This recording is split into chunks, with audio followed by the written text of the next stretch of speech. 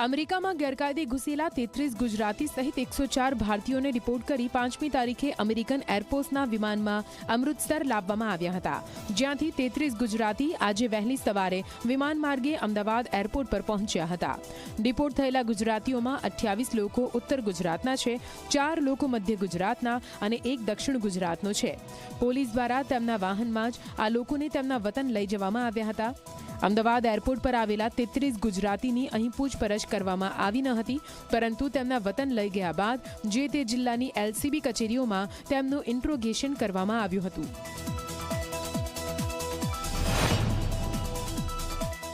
મળતી માહિતી અનુસાર અમેરિકાથી પરત ફરેલા તમામ લોકો પોતાના ઘરના બદલે સંબંધીના ઘરે પહોંચ્યા હતા. આ સિવાય ગુજરાત ફરેલા લોકો મીડિયાથી બચતા જોવા મળ્યા. મહેસાણાના નિકિતા પટેલ, ગાંધીનગરના કેતુલ દરજી, પાટણના કેતુલ પટેલ અને બનાસકાંઠાની બીના રામીના પરિવારજનોએ કંઈ પણ બોલવાનો ઇનકાર કર્યો હતો.